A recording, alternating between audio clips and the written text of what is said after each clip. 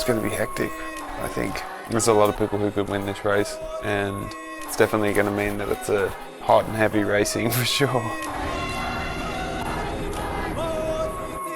If it's going to happen, it's going to happen. Good luck or bad luck. So once it happens, you just manage with it, and either it becomes this epic, sad, tragic story, or like a really good one. At the southern tip of Africa, beneath skies that stretch to the horizon, a new chapter in cycling story begins. 7 days and 786 kilometers. A journey of dreams, dust, and discovery.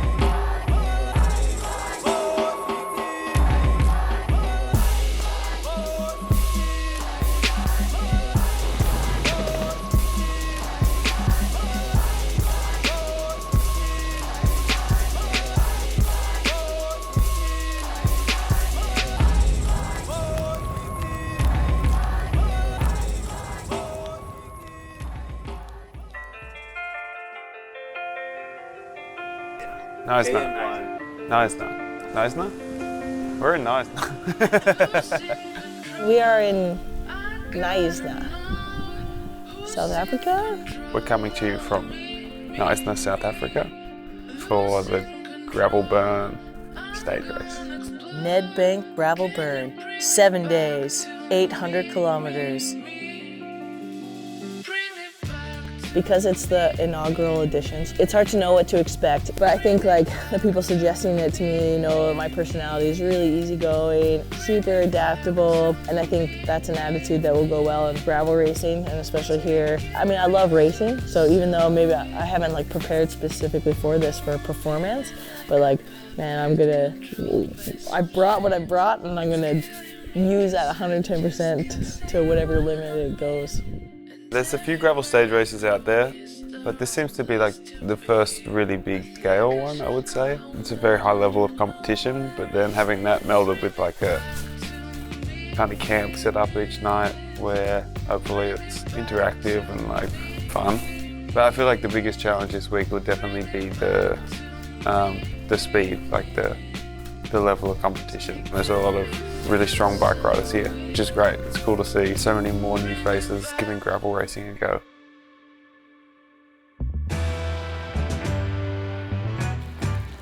As the Nedbank Gravel Burn journey begins in pouring rain at the moorings in Neisner, in the men's pro field, stars like two-time Olympic mountain bike champion Tom Pidcock and three-time Cape Epic winner Matt Beers shared the start line with gravel bike pioneers like Lachlan Morton. Women's race, experienced gravel riders like Lauren Stevens and reigning African gravel champion Hayley Breen will battle it out with seasoned road cyclists like 2023 Paris-Roubaix FAM winner Alison Jackson.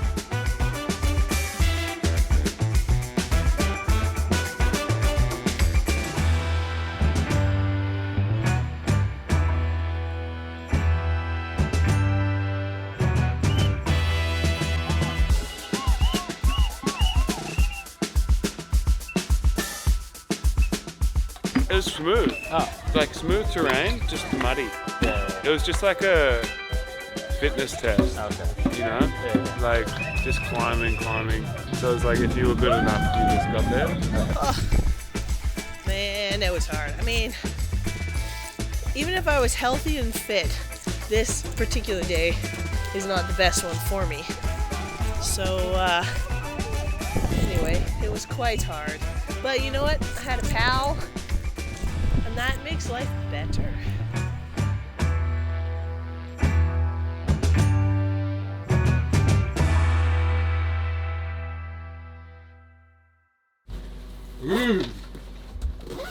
Burn.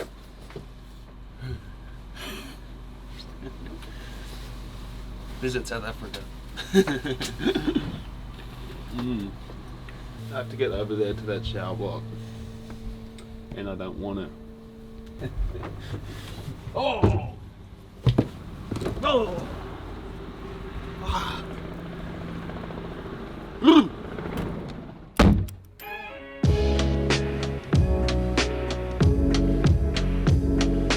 This is my beautiful humble abode.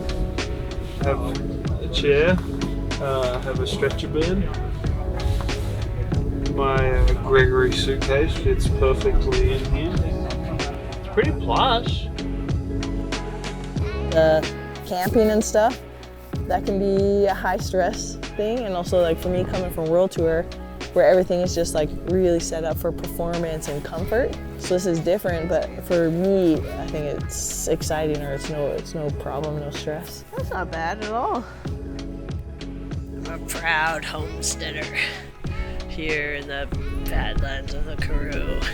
It's nice to just be out in the bush a bit, race a bike in the day, but then just kind of kick back into camp and enjoy the fact that you're sort of taking a break from the world for a week. It's nice. We'll see. I might not think it's so nice in like 12 hours time when I'm trying to race Tom Peacock up some hill.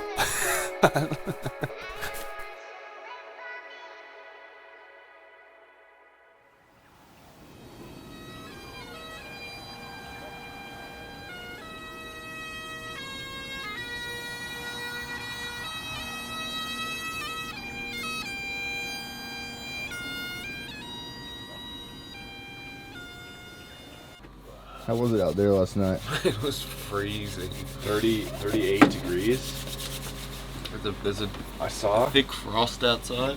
My tent was hard to the touch getting out, and my sleeping bag was not thick enough. I was like, once we left the fire, then I realized how cold it was. When I got into my tent, it was just like my breath. Gravel races, it's so hard to really take much from a route profile or a map unless you know the area.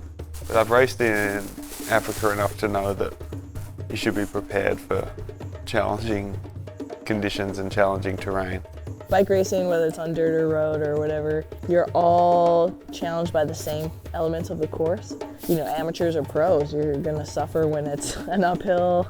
You're gonna find the technical parts like challenging, taking through what situation you're in and doing the best with that, whatever problem or other thing comes your way to manage it.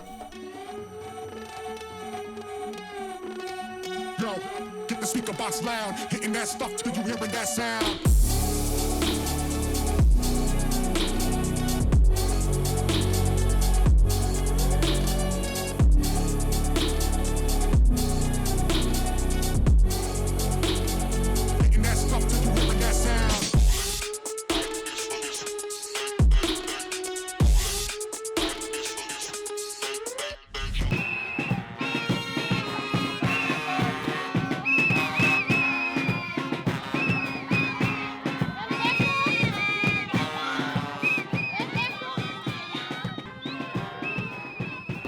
Dude, I was like riding in the top 5, then we hit that.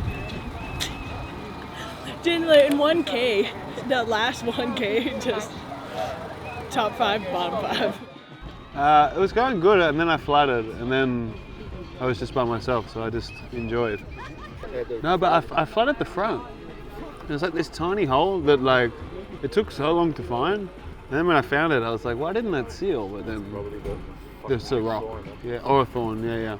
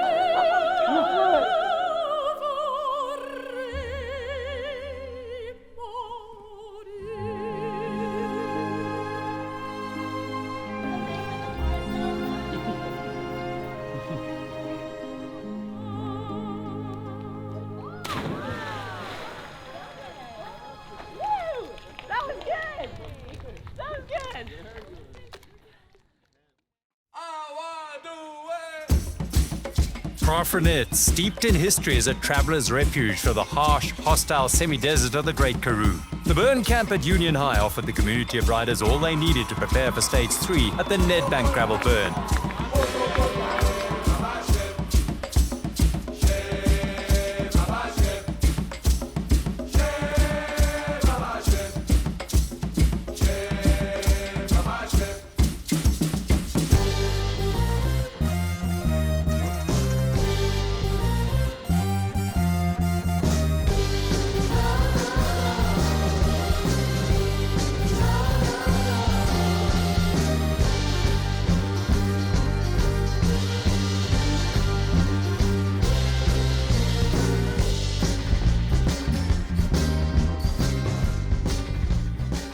I mean, most of the time in the end, I'm just pulling everybody along. So, it's fun to get a bike throw in. Girl's got a race, you know. She's got the spirit still. Then we had the downhill. When we're coming downhill, I caught that sweet, sweet air. It's like, I'm gonna try a tail whip. I've never done one before. This is my moment. Riders had a chance to qualify on stage 2 for the short, exciting lap race lit by blazing firelight. Intrigued by the innovative event, the rest of the burn community gathered like Karoo sheep around the course, cheered their fellow riders on as they blasted around in a blur of spectacular light and flames.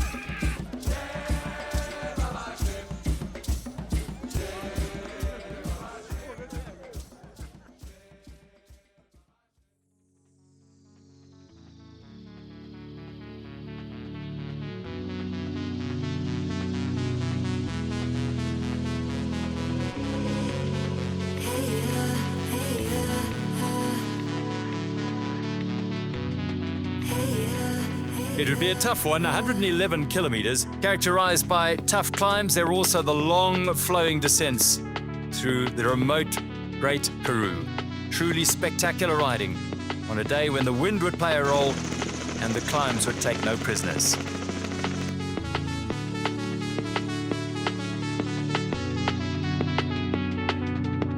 I think I saw it coming.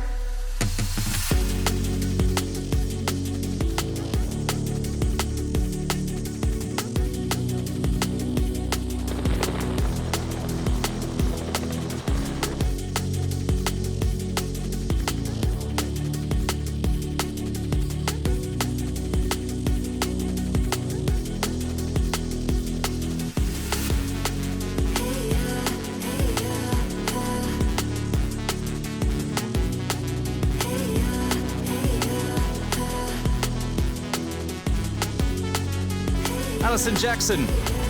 Well, we haven't seen her in this sort of form yet. It's off-season for the EF Education OT rider, but wonderful to see her blast out of the chase group and set off in pursuit of this young lady, Emma van Stocht. Alison Jackson then onto the gravel as they began the low slopes of the climb.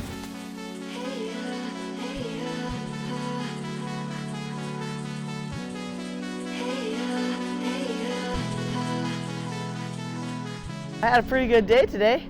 Got to be the hero. I was winning for a little bit. These are my girls, and this was this guy saw me winning. I saw her winning the whole. He saw me winning. For that little while, I saw her winning. Yeah.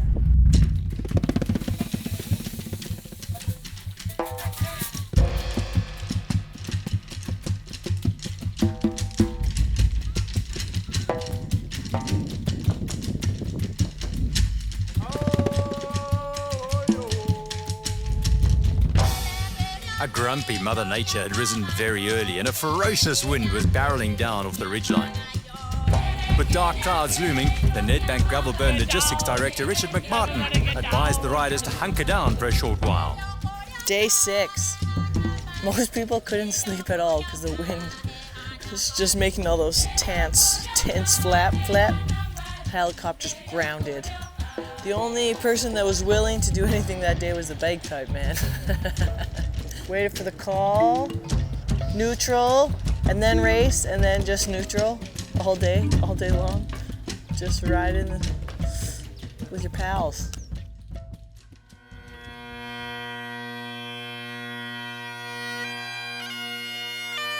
Seven days after setting out from Neisner, the intrepid group of Nedbank Gravel Burn Originals rise at Guanishi Camp to prepare for the final stage. It's been a week packed with adventure, contrast and camaraderie. So much to take in.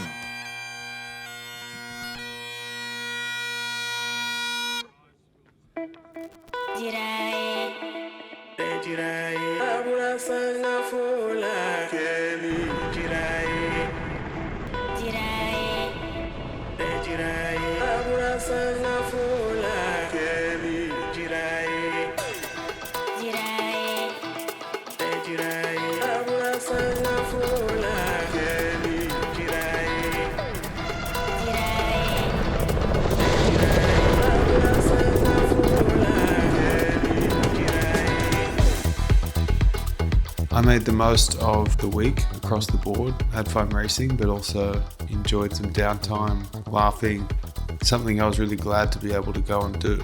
I feel lucky to have these experiences, and this is another one that will stick with me a long time. Gravel burn racing was a good time. We got a bit of everything. A big adventure with friends, meeting new friends, keeping the camp life alive and well. Gravel burn.